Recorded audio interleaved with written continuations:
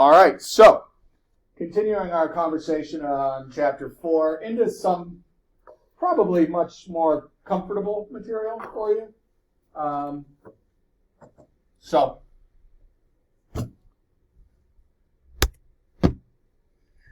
Incoming solar radiation. Incoming solar radiation. Sun's always shining on us, right? Well, at least half of us at a time. The problem is that we radiate 100% of the time. So it's a constant battle. The Earth absorbs the sun's energy, and it radiates it back out to us. Okay, it's easy to find out. I was saying in the middle of the summer, but even the last couple days when it's 40 out but sunny, you're like, oh my God, that sun feels so good. Versus 40 and like this. It does feel different, so you almost feel like you can feel the sun's heat, and you do absorb it, don't get me wrong. But the Earth itself is the primary absorber of that heat, and as I said, it radiates it back out, which is great. It's worked wonderfully for us. But as it spins, right, it's slowly changing what part of the Earth is receiving that radiation. So just roughly speaking, half the day you're receiving and radiating. The other half of the day, you're only radiating, right?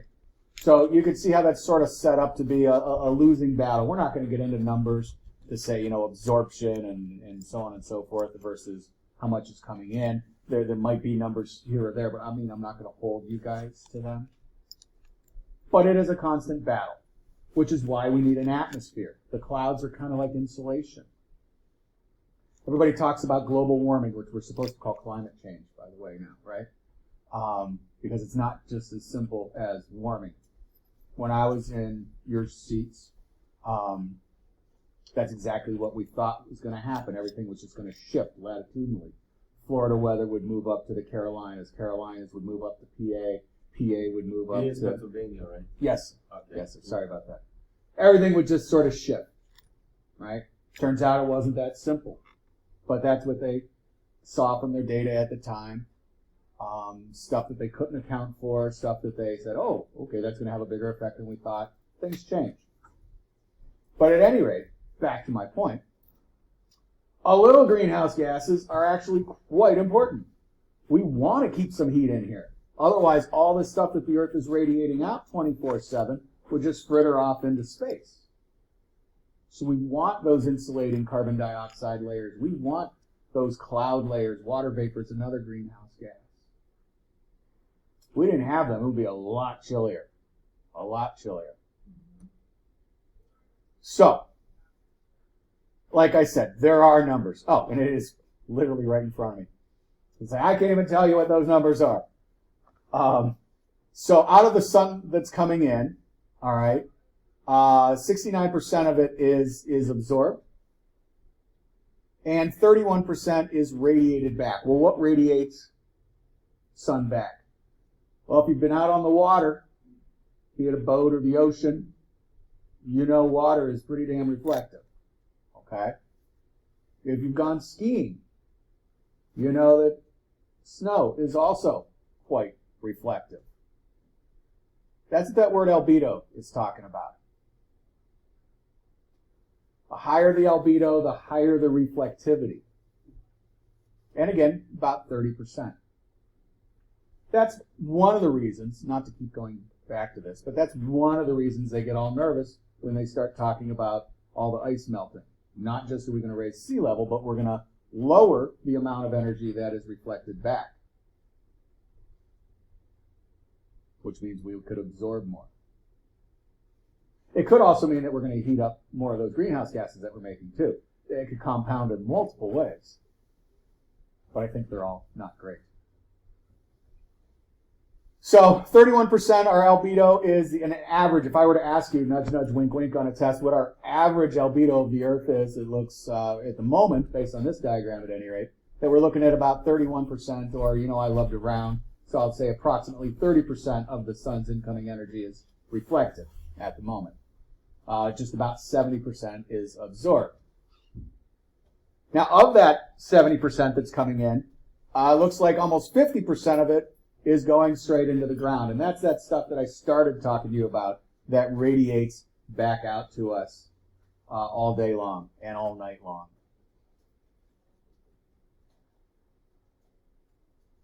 So albedo, the vocabulary word on here, but lots of other related topics that I managed to talk about.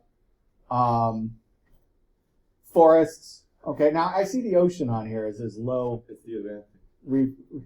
No, as a dark color and low albedo here, Yes. but it does reflect. And then light colors typically have a high albedo, the ice caps.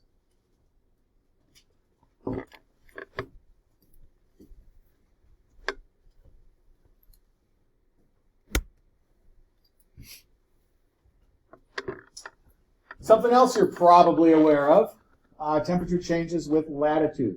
Latitude are the lines that measure north and south, parallel the equator, all right? They run east to west. They go around the Earth like a belt, but we measure them north and south of the equator. So those are latitude. And you know, closer you get to the equator, the warmer it gets. Farther you get away, you're heading to the poles, the colder it gets. So you knew that already. We're just kind of giving you some vocabulary words there. But the reason for that is because of the tilt of the Earth, okay? And also that it's a big old beach ball. So, I don't know, if we close the blinds, and it might be dark enough today to do this, but this is something you can do at home. And I do encourage it, because especially if you don't quite get what we're saying right now. Everybody nowadays has a flashlight. Used to be, I don't have a flashlight, I can't do this. You got one on your cell phone, okay? So you get a white piece of paper. You need a friend for this one. It's easier with a friend. You get a white piece of paper, you'll put it down on your desk, and you'll hold your phone, I don't know, 2 foot over it, something like that. So you get a nice circle that fits on your page, okay? Circle of light. You do this in the dark, by the way. So you're straight up and down, 90 degrees. And then you tilt it. What is that circle now going to look like if you tilt your flashlight? Is it still going to be a circle? What's it going to be? Huh? An oval, yeah. All right. Now, these flashlights, again, nowadays, I don't know, they're so dang bright. You should be able to notice that when it's in a circle, it's brighter than when it is in an oval. Because you haven't changed the amount of light coming out of your flashlight, right? So you now have the same amount of light over a larger area. What the friend was for is you're supposed to draw a little circle with pencil, okay? So when you're holding it like this, draw your little circle around the light and make a note of how bright it is. And then tilt it and then have them draw the oval that you just made. And it's having you do it twice. You don't need to do that. Okay, but obviously the more you tilt it, the bigger your oval is going to get. And the dimmer your light is. Well, the brightness or the dimness of that light is supposed to represent the amount of solar energy that you're getting as you reach the curvature of the Earth.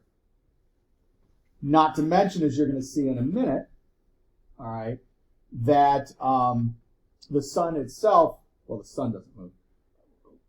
Big picture, the sun does move, but in this conversation, it's the Earth that's moving.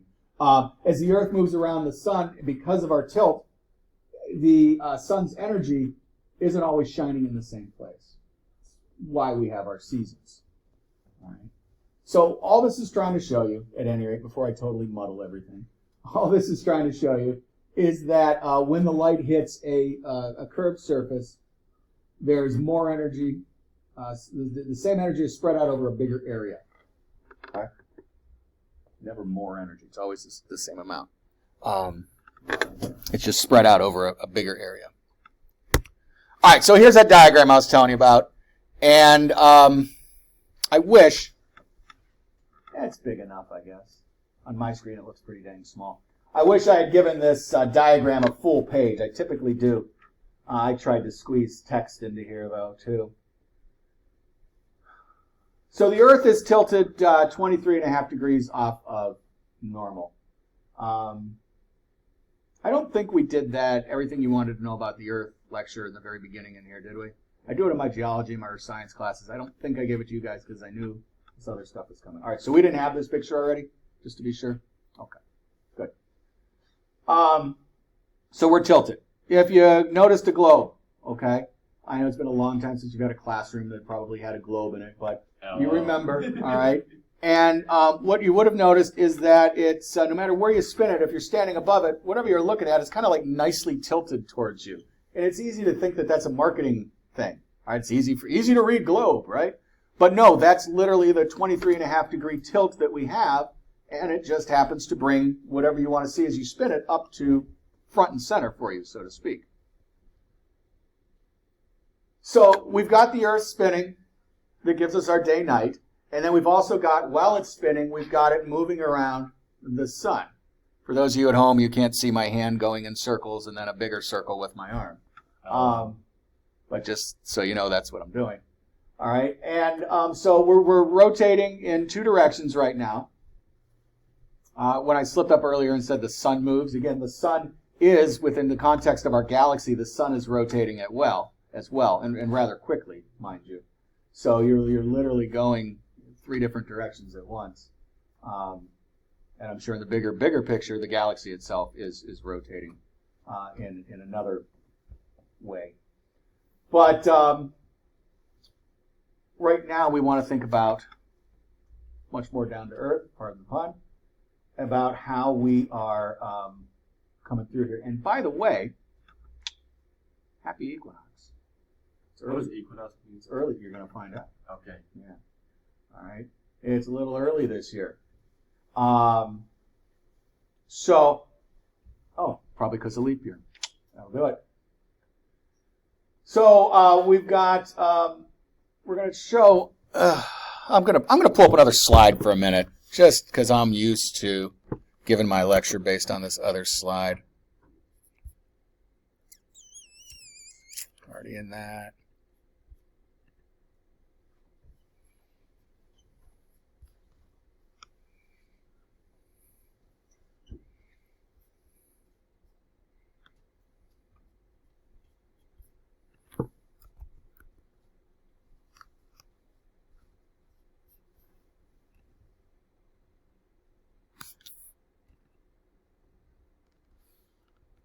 It's not much different, but it's... All right, so here's the slide we were looking at a minute ago. All right, same experiment, but it has this picture next to it, which is kind of really helpful. You've got your equator in the center, and then you've got the next dashed line here. It's kind of hard to read. It's Tropic of Cancer. Below that is Tropic of Capricorn. The tropics... Heard of the tropics, right? Are 23.5 degrees north of the equator and 23.5 degrees south of the equator. That is the area that receives the most direct energy from the sun the longest time of the year, the most part of the year. Okay? And as you see, that is arguably, it's a sphere, so I mean, it's always sort of curved the same way. Wait, is the Earth flat or round? I know, I'm sorry. Well, you could be round and flat, that's called a circle. But it is a sphere. Which is similar to a circle, right? Well, a circle is a 2-dimensional object. A sphere is a 3. A circle would be like a frisbee, but even a frisbee has some depth. But a frisbee versus a basketball. Okay. Yeah. So, but yeah, don't go all flat earther on me. No. We actually have like people out in space taking pictures now, so we know it's. We know it's round. Anywho. So we've got this area, all right, from the tropics that receives the most direct heat the entire year. As you go north of that and south of that, then we get into the rest of the world where we really get the indirect light. So the next slide is going to attempt to show that. And like I said, it's really the same thing. It just doesn't have all that text in the way. I always decide where to start, and I try to start next to the closest solstice or equinox. And as I said, since it is the equinox today, we can start there. But he brought up a great question. Not everyone knows what equinoxes and solstices are. I've heard them, though. Yeah, you've heard the words, of course. So solstices are areas where you are at 23.5 north or 23.5 south, depending on which solstice it is. You'd know it either as your longest day of the year or your shortest day of the year. Your equinoxes, equal, okay, and nox is night. These are when it's supposed to be 12 and 12. And anecdotally, I noticed on my weather app, our actual 12 hours of daylight and 12 hours of sunlight was about 3 days ago. You have to adjust for latitude. Anywho, so those are the days where the sun is shining on the equator, and things should be half and half. Basically, what's happening, and we'll actually, I know I said I'd start at an equinox, but we'll start at the winter solstice because we left that just before Christmas, okay? 21st of December. Oh, and by the way, I put all on the test, these are all the 21st. I don't want you worrying about, oh my God, was it the 20th or the 21st? Is it the 19th this year because it's a leap year? No. On the test, everything is the 21st. You just need to remember the month, okay? All right. So, anywho, December 21st was the shortest day of the year. I know February seems bleak, but it's actually a good bit longer day. What does bleak mean? Depressing, unhopeful, Wow. just generally meh, what you guys would call it these days. Depressing, yes. Miserable. All right. So I know February seems like that, but the actually shortest amount of daylight comes way back before Christmas. So December 21st is the winter solstice, and all of this is on the test, so highlight it, write it down. None of you are taking notes. December 21st is what we call the winter solstice. The sun is shining. See how the earth is tilted on the left side there? The sun is shining at 23.5 degrees south latitude. You grew up hearing that the seasons are reversed, right? North hemisphere, southern hemisphere. This is why. It is our winter, but it is their summer in the southern hemisphere. Because, again, the sun is shining at 23.5 degrees south on the winter solstice. As we move into spring, which is what the vernal equinox is, they throw out that word vernal, all right? Vernal equals spring. They don't change winter or summer, but they do change spring and fall. They use Latin for it. The sun's energy is slowly moving back up to the 50-50 mark, slowly moving back up to the equator.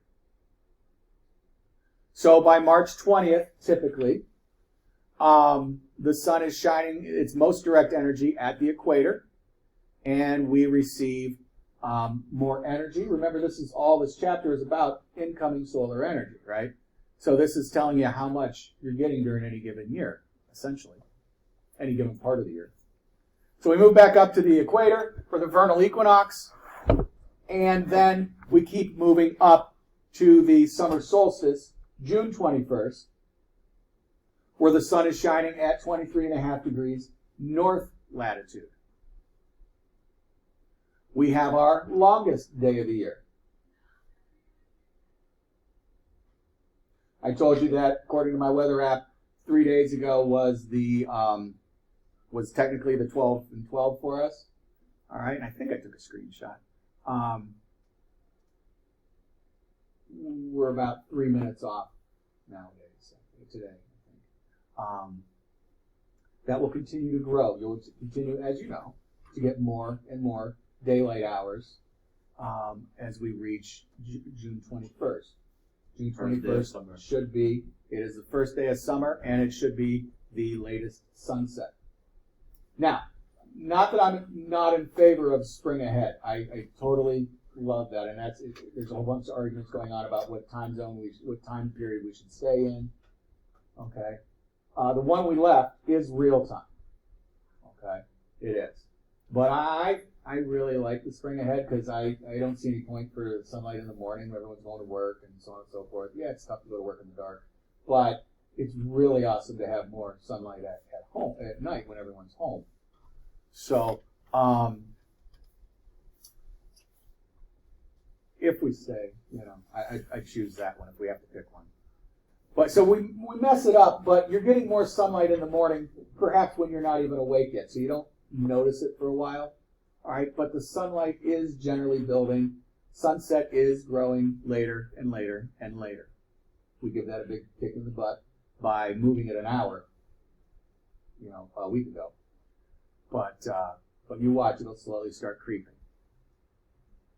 But, and here's kind of the bummer, yes, it's the first day of summer. However, you are now on the decline to fall. Okay? Because from June 22nd until September 22nd, I've heard it's autumn. it is the autumnal equinox. Yeah, you're right. We're working our way back down to the equator. The sun's energy, most direct energy, is working its way back down to the equator. September 21st, 22nd should be another 12-12 day. And then from there, you're really on the decline. And it's not an even decline. I have a lab that I run with my online earth science classes. And I knew it wasn't a total steady decline. But boy, it really has some interesting jumps in it that I did not expect. I have them actually plot out all the data from timeanddate.com and to make some graphs and stuff. It is not an easy, a gentle increase or a gentle decrease. It is constantly moving. But so anywho, so from the autumnal equinox back to the winter solstice, the sun's energy is moving back down to 23.5 south. And it does that every year, on and on and on. All right? Moves from 23.5 south to the equator, to 23.5 north, back to the equator, to 23.5 south. And that is how the sun distributes its energy across our poles. That is why we have the seasons. Now, I already indicated that sometimes you need to make latitudinal adjustments, but let's do some quick math here. How many months are there? 12. How many seasons are there? 4. How many months per season? 3. That's what it's supposed to be. 3 months of winter, I could deal with. But Yeah, I think you're right. 3 months. yeah, 12 divided by 4, definitely 3. So, Oh, but at any rate, so that's what's supposed to be going on, and again, that varies whether you go north or south of the equator. Now, you might hear, if you've actually read about this, spent some time looking at this, there's some differences. We've got a lot more land up in the northern hemisphere, and they've got a lot more ocean in the southern hemisphere. They don't get quite as cold, arguably, as we do. Of course, Antarctica, sure, okay. But Antarctica's latitudinally, things are a little different down there because of that whole albedo conversation that we had a little ways back. So there are a lot of test questions on this slide, okay? Your solstices, your equinoxes, your tilt of the Earth, and even the 3 names, really, because equator, hopefully you knew that one, though, but your 2 tropics, okay? For years, I couldn't remember which one came first, Cancer, Capricorn, Cancer. They are alphabetical. What's Capricorn? 23.5 south. Oh, you're right. So LMNOP, okay, N comes before P. The CA is similar in both of them, obviously. So the third letter is alphabetical, if that helps you keep it straight. Cancer comes before Capricorn. So this is, depending again on whether I'm trying to round up an even number of questions. Excuse me, again. This bounces, at least 6 questions, sometimes 7 or 8 questions. So, like I said, with so few of you writing that down, it just makes me a bit nervous. All right, back to our regularly scheduled PowerPoint.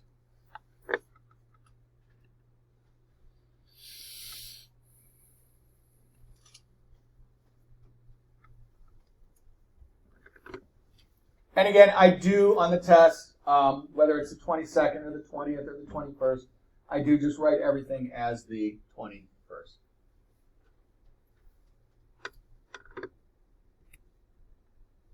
All right, shifting gears. I'm going to talk a little bit about the atmosphere now.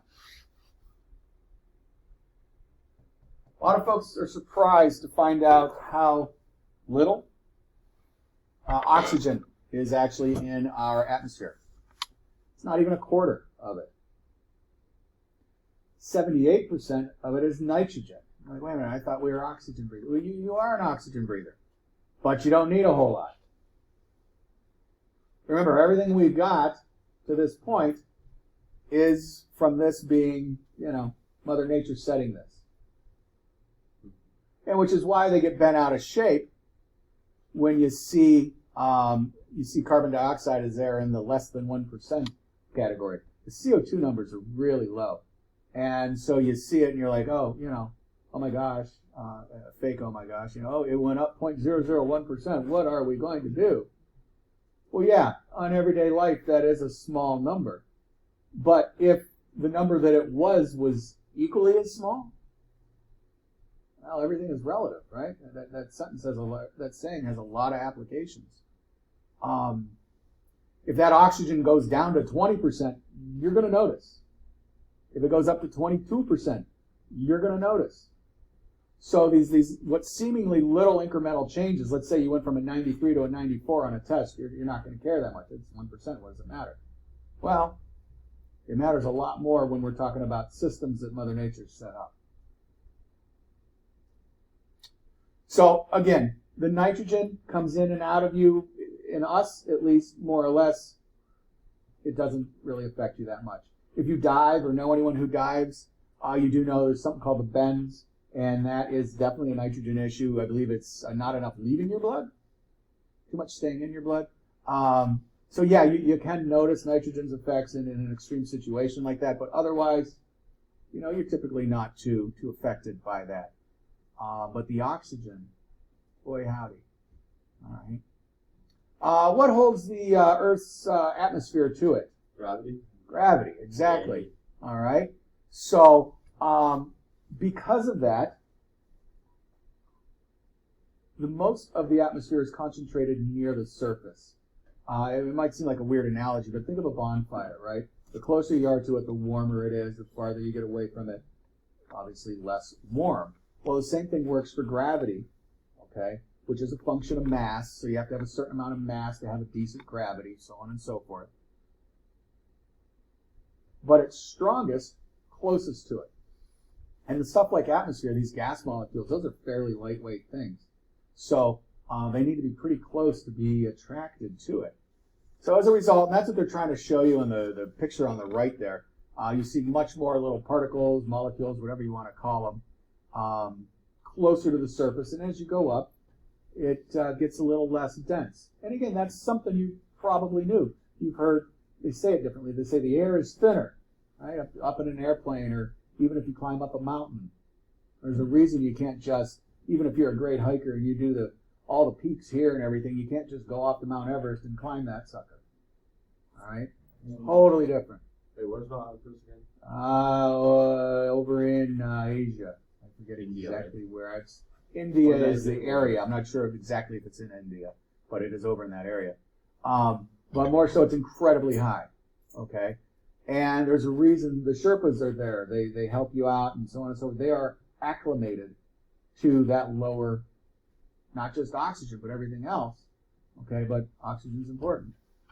They're acclimated to that kind of area. And you have to build up.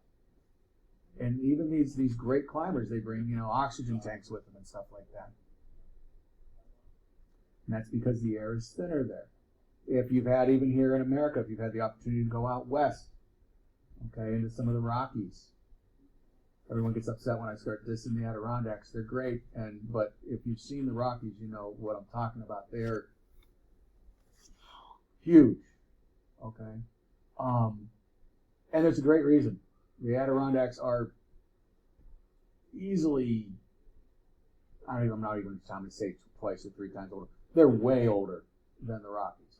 So Mother Nature has been wearing them down for a whole lot longer. The Adirondacks are part of the Appalachian chain, which was formed when North America smashed into Europe to form Pangea. Right? A long time ago. You guys remember Pangea, Gondwana, and all that? Your learning starts with Pangea splitting up to make the continents that we know today. Well, there was a before Pangaea, and that's how old the Appalachian chain is. So they're ancient, okay, and rightly so. They're much lower. They're beautiful mountains, but the Rockies, you go out there and just boom, they're there, and they're just monstrous. So you're out there climbing around, and you notice the oxygen difference. So these last bullet here, second to last bullet, okay, density decreases with distance from the Earth. That's because of why we have the atmosphere. That's the gravity thing, okay? Also, all right, the atmosphere does another important role. There's layers in it, and I don't remember how much we get into this. I'm actually not remembering a lot of this lecture. It must have just been new the last time I taught. I must have wrote it and only given it once, because always a surprise when I turn the slide. We've got some shield layers up there, like the ozone layer. You've heard of the ozone layer. All right, that blocks out UV rays. Farther up, there's other layers that block out other cosmic radiation that we don't want getting through. So there's multiple layers in the atmosphere that are beneficial to us. It's not just our source of oxygen. It's not just where the weather happens.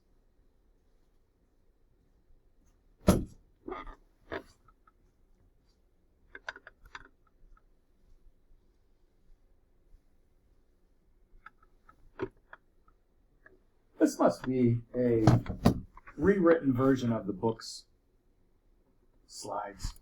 None of these are my images.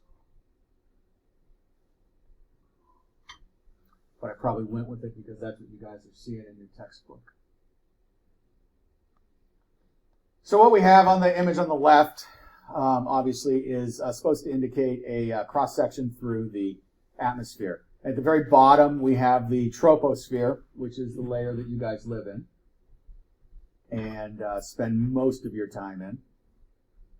Then above that is the stratosphere. Then comes the mesosphere, and then the thermosphere. And I'm hoping that the thermosphere explanation is on the next slide. Thermosphere blends into space. So let's go back to these. Please don't worry about these depths, especially since they're in metric. Only a handful of us grew up with metric, me not included. The troposphere is where, like I said, is where you guys live. That's where the weather occurs. And within the troposphere, it's generally accepted that the temperature decreases with altitude. The higher up you go, the colder it gets. And that is in part due to that thinning out. Okay. One of the things I like to point out here, everyone knows, you've seen World War II movies, and all those guys in those, what they call them, bomber jackets. It was a huge craze when I was growing up. Everybody wanted these leather bomber jackets. They still had it was fake wool at that point, but they had those faux woolly collars on them. And, well, that's what the pilots wore in World War II. And those hats, the bombardier hats, which made a comeback. We didn't wear those hats, but they made a comeback like in the 2010s or so. There's probably still a handful of people wearing them around. But those big floppy ear hats that cover everything, they wore them. They had to wear that stuff because, why? It's so dang cold up there. Those planes weren't insulated either that much. So it's not like when you go up on a plane today. Okay, totally different. So there was a real legit reason they wore those coats and those hats, not just because they looked cool. I'm sure they rocked it, I'm sure. But nonetheless, temperature decreases with altitude. Now, you move up into the stratosphere. Stratosphere we like primarily because that's where the ozone layer is. If you go on a plane ride, yeah, you might get up into the stratosphere a little bit. But don't even quote me on that one, actually. I think planes go. Again, I can't think in kilometers. But we had a while back, one of those Red Bull guys did a drop down from the stratosphere. He had to have a special suit because, again, the pressure is so low up there, it's so cold up there, but he parachuted down from the stratosphere. Generally speaking, we don't go there. Like I said, unless you're in some airplane-type vehicles. But we got the ozone layer up there. Ozone we love because it filters out the UV. For what it's worth, the temperature tends to stabilize in the stratosphere, all right, and then goes up even. Weird. I've got another diagram that I usually show. Hopefully I threw it in here. I might just throw a couple of those diagrams, actually embed them into this PowerPoint, just so you guys have them. We'll see if that one shows up. Mesosphere, the temperature goes back down again. Nothing really else much to note about the mesosphere. The thermosphere is where things start to get kind of interesting, though. When you speak about therm, you think of heat. And, yeah. So the thermosphere, our temperature starts to go up, up, up.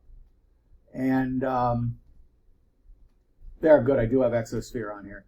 Exosphere is essentially space, okay? And temperature continues to increase as you go out into space. And I know you're thinking, but wait a minute, what about that cold, hard vacuum of space? You saying that's a lie? No, not at all. Yes, it's definitely low pressure. That whole thing about taking off your helmet and your head, that is not good. Taking off your helmet in space? Yeah. You die. Yes, you would. Yes, you would. Couple reasons. Well, you die immediately. So, the suits are pressurized. The spaceships are pressurized.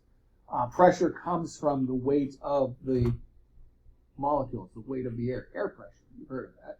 All right. So when you get up there and the air is so thin, well, you have very little pressure. Your body has an internal pressure to equal the external pressure. That way you stay more or less the same size. You feel this with your ears popping when you go up and down hills. That's your your pressure attempting to equalize itself. All right. But there's another effect. Temperature is a sensation. And what that means is you have to feel it to feel it. Okay? Does anyone know what temperature is really a measure of? Not necessarily how hot or cold something is, but what, in a chemistry or a physics definition, what is temperature? Anybody remember? Might have come across this in high school. Temperature is how hot. Well, aside from that, what is it actually measuring? Is that a hand up? Well, yeah, there's that too, but that's not what I'm looking for either. So it is the molecular speed. All right, it is the speed of a molecule is what temperature is. And the faster a molecule is moving, we call that a higher temperature. The slower a molecule is moving is a, lower temperature. But again, you have to feel that molecular speed in order to feel the temperature. So when we're out in space, the air is so thin up there that you hardly come in contact with any molecules. You don't get those sensations of temperature. If you did get whacked by one of those suckers, they're cruising around up there. There's hardly any friction. There's hardly any resistance for they're moving as fast as they practically can. So when we tell you that the temperature increases as we go up into the thermosphere, into the exosphere, they're absolutely right if you could measure it. But for the most part, you don't feel it. You're not measuring it, so you feel the opposite then of absolute zero. I must have been doodling when I first, and maybe even second or third time I heard about absolute zero, because I totally had it wrong for the longest time. I thought absolute zero was just so damn cold that even the molecules couldn't move, right? Because that's what absolute zero is. It's a lack of molecular movement, right? So I thought it was just so cold that they froze. I didn't know that connection between molecular speed and that's actually what temperature was. So arguably, if you could slow down a molecule enough, you would get it to, what, minus 273 Kelvin, whatever it is. So yeah, same idea.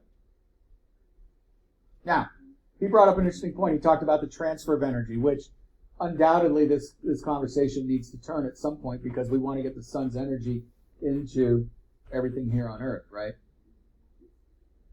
All right, so most of you have something out that is not your desk, whether it's your notebook or your phone or something. I want you to touch your notebook or your phone case and try to remember how warm it feels. All right? Now I want you to reach down and touch one of the pieces of metal on your desk. Touching this. All right, which one is colder? The metal. All right. Is there any reason that metal should be colder than your notebook? Is the friction from your pencil going across there taking notes so frantically heating up the pages? Probably not. Nothing measurable at any rate. Well, why is the desk colder? Since you're just coming back, you need to touch a piece of metal on your desk and then touch your phone or something and decide which one is warmer or colder. We did an experiment when you were done. The metal, definitely. All right. So what I'm at now is I'm asking you guys is, can you come up with any logical argument why your chair is colder than your phone or your notes?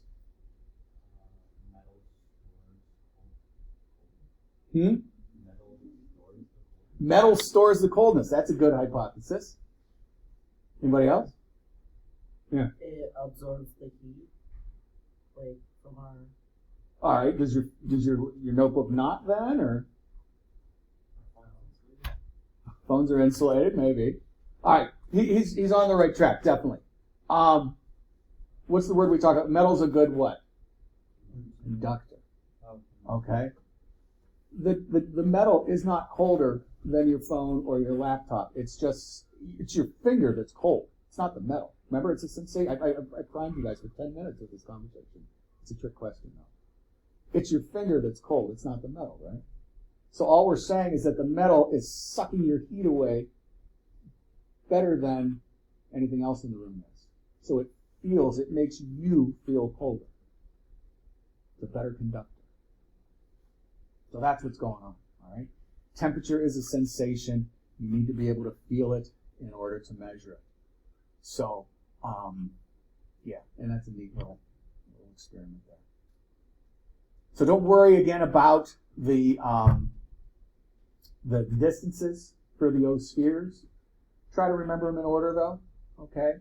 And I usually ask from the ground up, but make sure and don't answer it the opposite way, because I have to be one of those teachers every so often, and you'll probably have both sets of answers there in case I change the question at any given time. From the space to the surface, list the order of, or from the surface up, list the order of. So again, tropo, strato, meso, thermo, exo. Learn it, live it, love it.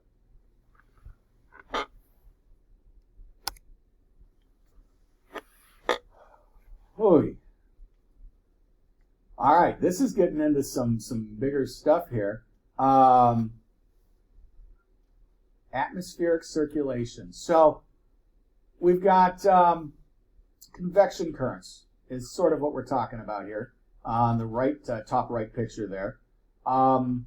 Convection is used in a lot of ways. Some of you may have a newfangled oven that talks about using convection, and that really just means that there's a fan in there moving stuff around. It's not exactly what's going on in here.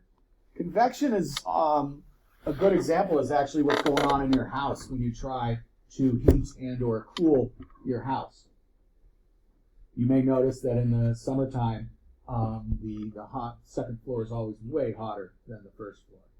Why? Well, everyone knows, again, warm air rises, right? What not everyone remembers is that also implies that cold air sinks.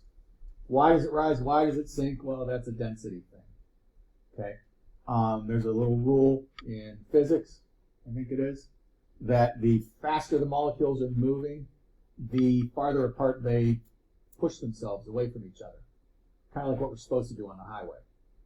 Remember, the faster you go, the more distance you're supposed to leave between you and the other cars. Well, molecules actually obey that. It's an unbreakable law for them. So that's why warm stuff expands. Okay? The volumes aren't fixed. The volumes are defined by the edges of your molecules, right? So when they get warm, they expand, and they become arguably less dense than the stuff around them.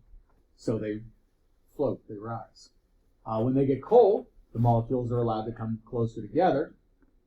They contract, they become more dense than they were. They sink. So that expansion and contraction tied to the heating and cooling is really what kind of fuels our weather. Okay? Warm air rises, it goes up into the atmosphere, it cools, it condenses. We talked about the water cycle. You probably don't remember it at this point, but you've heard the water cycle before. It's probably coming back. But that cool air then condenses and it sinks again, and it just fuels this ongoing cycle. Tied into there is a whole lot about moisture and latent heat and all that stuff. It's energy exchange. Weather is incredibly complicated stuff. Incredibly. So that's your normal, typical thing. And what it says is near the equator, warm air rises. We're on a much bigger scale now. Cools, and it splits the flow towards the poles. So we're talking big, big cycles, not a regional cycle. Is it snowing even worse? Oh my God. Wow. It's So a miracle. So done with this. It's, All the man of winter. yeah, it's a St. Patrick's Day miracle. It's actually a miracle. It's 19. So, anywho, right around 30 degrees, which should be familiar, right? 23 and a half is what we talked about, actually, so it's a little further than that. Right around 30 degrees, north or south latitude, it sinks back down and moves along the surface towards the equator. That's one set of convection cells there. This also occurs at the other latitudes, okay? But again, this goes a long way towards explaining why warm air doesn't go that far north, or if you live in the southern hemisphere, that far south. Now, we're not going to get into when the fronts start arguing with one another and how, jet streams push, bringing up unnaturally warm air, bringing down unnaturally cold air. Again, there's always variations, and as I said, weather is mind-boggling. They go up to, many of you are struggling, and I would as well, getting through Calc 1, maybe even pre-Calc. They go up into like Calc 4 for weather. It's in fluid dynamics. It's some crazy, crazy stuff. If you love math and you like nature, weather is definitely for you. Yes, sir. What level can weather get up to? What's that now? What level can weather get up to with in terms of atmosphere? Generally, we talk about weather in the troposphere. Yeah, weather stays in the troposphere.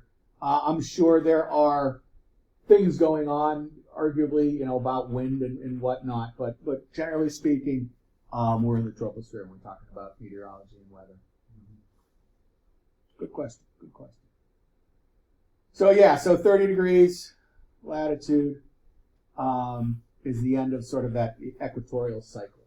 All right, and then we've got another one that kicks in and moves stuff. It looks like they've got 3 cycles going on there. The last being up in the poles in the direction.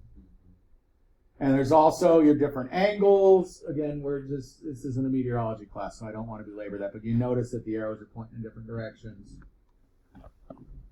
And there's a vocabulary word for that. Maybe we are going to go there. All right, so surface winds. Large winds due in part to pressure caused by global circulation of air. That's the left side of the diagram. And then winds blow from high to low pressure. That's important. So a balloon is a great example. All right. You blow up into a balloon. It's kind of hard to do depending on the balloon, right? But once you get it in there, you pinch it off, and that air is stuck in there. As soon as you let go, all that air shoots out. If you really, really let go, the balloon starts zipping around the room. It's propelled by that escaping air. Well, that's moving from a high to a low pressure. Now, we don't have balloons all over the earth, but we do have areas of high pressure and low pressure. All right, and I started to explain that. Part of it is due to temperature. Part of it is also due to weather. Is due to moisture.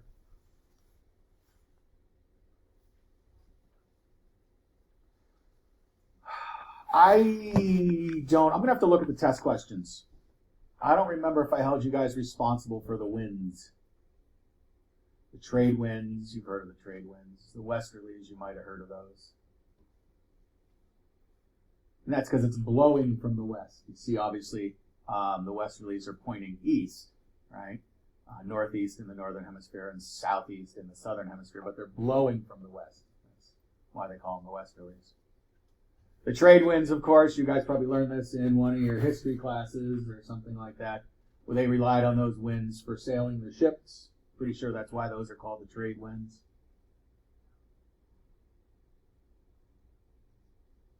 But I'll look and see if I have questions about those. I don't remember.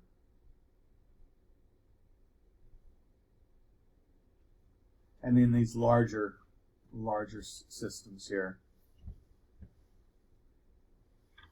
So you've got, if you can picture it, it depends how well you can manipulate this in your brain. You've got these cells on the left-hand side. You need to combine that with the rotation of the Earth. You can get two things moving in your head at once. So you've got it. I'm looking at, use the mouse so people that are looking at the recording can. If you're looking at this one, all right, you've got the wind moving in a arguably counterclockwise direction. It's really north to south, but moving in that way. Then with the Earth spinning, all right, it makes the wind move to the east. I can't rotate my hands in enough ways to show you. I apologize. It'd be nice if we had an animation for this. But combined, remember the Earth rotates to the left, if you would, to the west. So that pushes that wind, that air that's circulating in that way. Oh, goody, goody. We are getting into Coriolis effect. I was hoping we could avoid this. So Coriolis effect is important. It is what I've been pussyfooting around for the last couple minutes without actually talking about. Lo and behold, we have 2 slides about it. So the Earth's rotation influences the direction of the wind, as I just said. The Earth rotates from east to west, which we just talked about, and that makes the winds not go in a straight line anymore, all right, because of those cells that were off to the side. So the Coriolis effect, by definition then, is the influence of the Earth's rotation on the movement of air or fluids. In the northern hemisphere, it deflects them to the right. And in the southern hemisphere, it deflects them to the left. Now I'm going to go back to that slide for a minute and see if we can actually see that.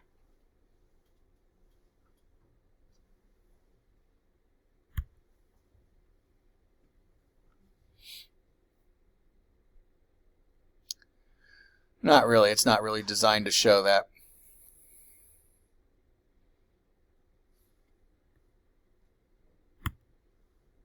Let's see how this does.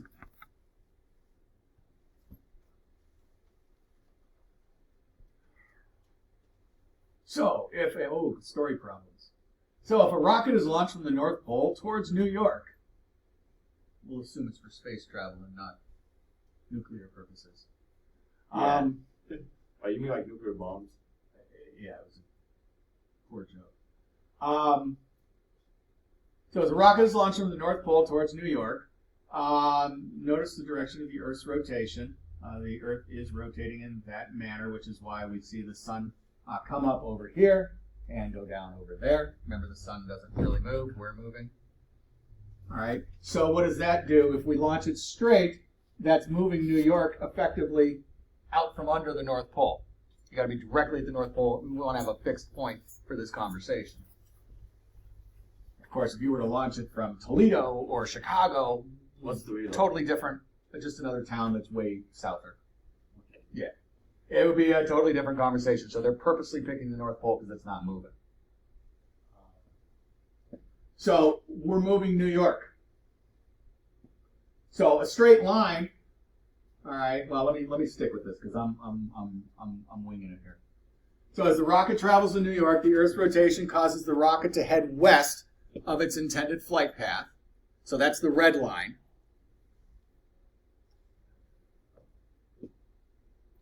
And that's all they're going to tell us. So they have to plan for that. They have to calculate for that. Okay? Because if you just said the same thing could be said of a cannonball. Okay? And I think that's the one that physics usually tackles. If a cannonball was shot, would it actually curve, and where would it end up? So again, because if you aim it on a straight path without compensating for this, by the time it traveled here, the Earth would have spun. And of course, your physics problems would start calculating in the speed of the rocket, and we definitely don't want to go there. And how fast is the Earth rotating? But just generally speaking, they're setting this up without numbers. And they're saying the same thing would happen if they were firing at us from the South Pole. It would head west of its intended target. All right? That's exactly the same.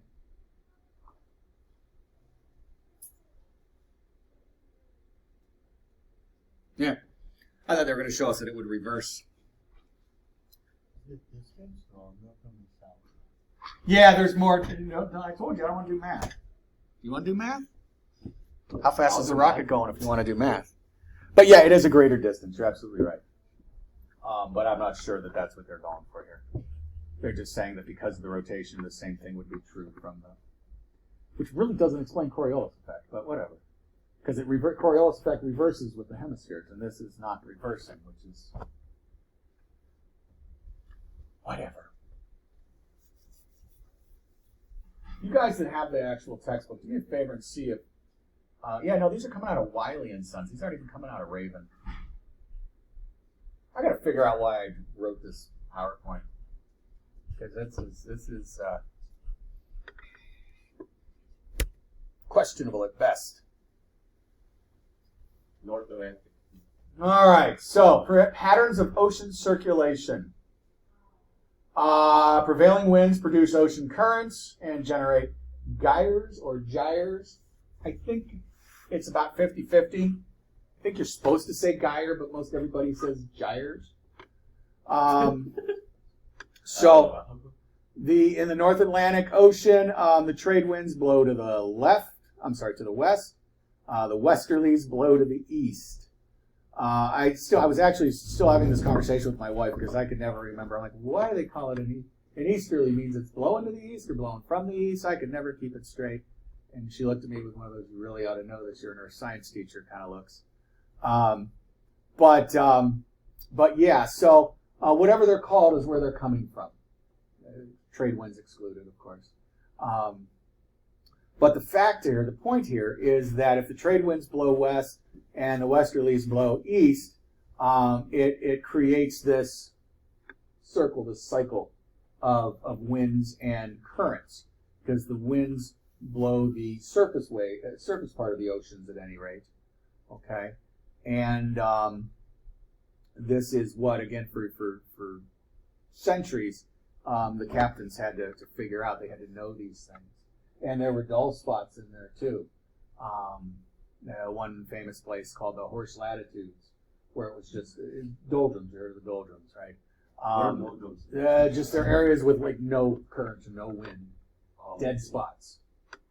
And the Horse Latitudes were famous, unfortunately, because I think it was the Spaniards had to dump a whole bunch of horses overboard to get their ships light enough to deal with. We're talking about North Atlantic, right? right? Not North Atlantic as in we think is like in the northern Atlantic. No, this is much more down in the trade winds areas. But folks traveling from Eastern Europe, that area, over to the islands in North America and South America, coming across the Atlantic. But when I think North Atlantic, I think way north, like up by Labrador and stuff like that. Because we actually have what most of us call the Atlantic Ocean is like the Sargassett Sea. There's a couple of gagagas in the middle of it there. But Sargassett Sea, nobody calls it that though. But it's a part of the Atlantic Ocean. But I think in this case they're saying as north of the equator is what they mean by North Atlantic Ocean. Yeah, just north of the equator. And south of the equator, again, it would be the opposite way. And again, the whole point is that I've done a very bad job of illustrating for you guys. The whole point of this is that it's because of the Coriolis effect, because of the spin of the Earth. Yes? How is ocean currents? Well, that's a great thing, and I'm half hoping it doesn't go in that direction, conversationally here, and or kind of hoping it does. Depends if you're talking about surface currents or deep down end. Deep down. Yeah, so deep down end is a function of a couple things, and this is something that we learned about when we made the transition from global warming to climate change. They knew, of course, that cold water is more dense than warm water. But I guess they didn't figure it into the equation, so to speak. A lot of that, the deeper currents are caused by cold water sinking, which displaces not quite so cold water, pushes that up, which pushes the warm water out of the way. So you've got a cycle going this way as well, bottom to the top and back down again. And that's why, again, they're freaking out about the glaciers melting, the ice caps melting. All that cold water is going in and it's sinking and it's displacing stuff that's been there for a very long time. And it's changing the currents in that manner too, not just the east to west kind of blowing or north to south blowing. This is up and down. Yeah. So depending on what level you're at, but for the most part, they talk about the winds and the spin of the Earth, too. But good question. Good question. Finally, an easy-to-read map with not too many circles and squiggles and arrows on it. These are your major currents, okay? Gulf Stream. Gulf Stream is one you hear about. If you're trying to go upwards of there, you will definitely want to ride the Gulf Stream. The water's already doing the work. Let it work for you, okay? So when they get those ships out there, they got to go east for a good bit. They catch the Gulf Stream and they ride up, save themselves some energy. Or back in the days of sail, they didn't have to worry about the wind so much. But you see, there are those cycles. If they didn't know what the heck they were doing, they could easily get practically turned around. Or worse yet, thrown even further south off course. Not that I wouldn't mind going to the tropics if I was headed to England, but probably I was headed to England on business, so someone would be upset that I didn't end up there. All right. Trade winds are blowing out of, okay, so you'd take the trade winds coming out of Europe, and you'd take the Gulf Stream going back to Europe. And we got similar going on in other places, okay? Those are just the ones you've probably heard about, so that's kind of where I'm just focusing our conversation. But the same idea holds true in many other places. I have to think that the continents, certainly as boundary layers, for lack of a better word, the edges of the oceans, certainly play an effect in directing this and steering this, especially when you get into these tighter, I'm looking over in the Indian Ocean here, okay, especially when you get into these arguably tighter knit areas. We're not out in the middle of the Pacific where there's nothing in the way. But I would imagine the continents play some part in that as well.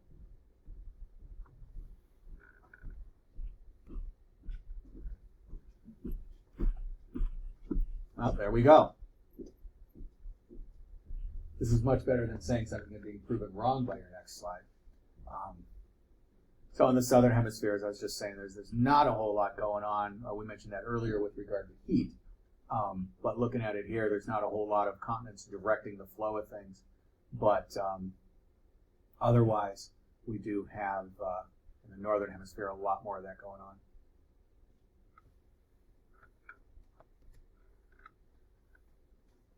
Okay, we were talking about vertical a minute ago.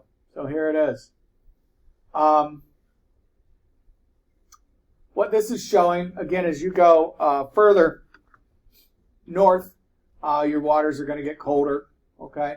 At which point they sink And we're only showing that on the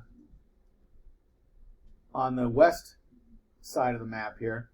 So over by North America and Greenland, which is where most of my conversations are thinking about. I think about the Atlantic a lot when I'm talking about this kind of stuff. So we see the warm water going down and cycling down in. And that water stays under and flows under all along, down through the southern hemisphere apparently, and all the way back around, where it upwells, okay, over on the west coast of North America by the Aleutian Islands.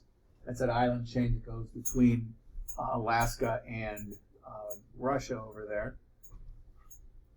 So you've got your upwellings, and then the water stays there as warm water works its way back through the Pacific Islands, down around the coast of Africa, and back through to Greenland there, where it goes back down. They mentioned warm, less salty, shallow, and cold, salty. It's some chemistry stuff going on. You're messing, when you mess with density, you mess with how much stuff you can hold into solution, how much stuff you could dissolve into yourself. And I know you're thinking maybe warm water is easier to dissolve stuff, but the cold water, because it's more condensed per volume, you still end up getting more salt. And that affects the freezing temperature. That's why we put out salt in the winter. You see how this is way more complicated than I'm willing to go in this conversation. And we just keep walking that thin line and teetering. I apologize. I'm trying to keep it simple. But you guys, you're thinking of these good questions and pondering these good things. And that just means you're coming in with more information than the students, 10 years ago, 20 years ago, which should be expected. You know more knowledge than the generation before you. All right.